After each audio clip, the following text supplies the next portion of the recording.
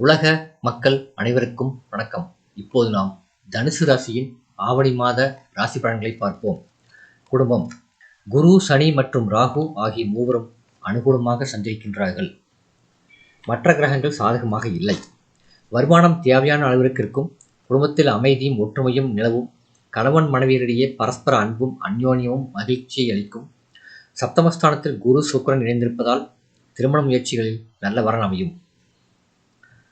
திருமணமான பெண்மணிகள் கருத்தரிப்பதற்கு ஏற்ற மாதம் இந்த ஆவணி மாதம்.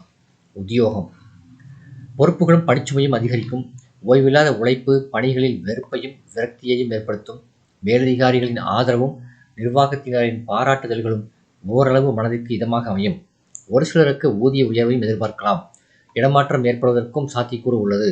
வெளிநாடு சென்று பணியாற்றும் ஆர்வம் இருந்தால் முயற்சியில் வெற்றி கிடைக்கும். தொழில் மற்றும் வியாபாரம். அனைத்து கிரகங்களும் சுபபலம் பெற்று வலம் வருவதால் நல்ல முன்னேற்றத்தையும் விற்பனையையும் லாபத்தையும் எதிர்பார்க்கலாம். புதிய விற்பனை நிலையங்களை திறப்பதற்கு ஏற்ற மாதம் இந்த ஆவணி மாதம்.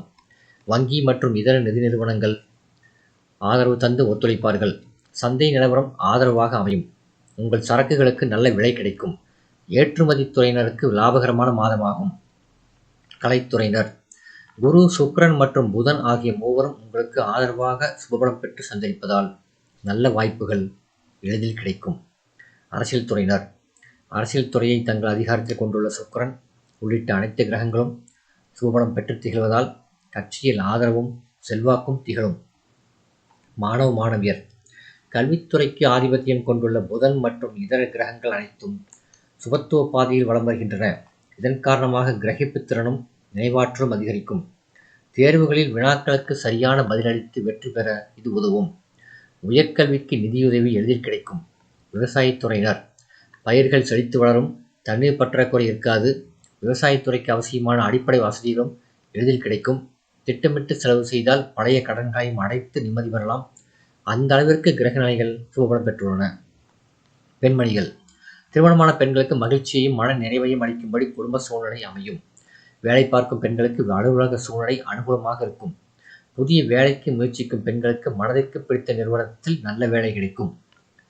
பரிகாரம். செவ்வாய்க்கிழமைகளில் அருகிலுள்ள திருக்கோயில் ஒன்றில் நெய் தீபம் ஏற்றுவது சிறந்த பரிகாரமாகும். சந்திராஷ்டம தினங்கள் ஆவணி 4 இரவு முதல் 6 பின்னிரவு வரை. இந்த வீடியோ உங்களுக்கு பிடிச்சிருந்தா லைக் பண்ணுங்க, ஷேர் பண்ணுங்க, சப்ஸ்கிரைப் பண்ணுங்க. நன்றி.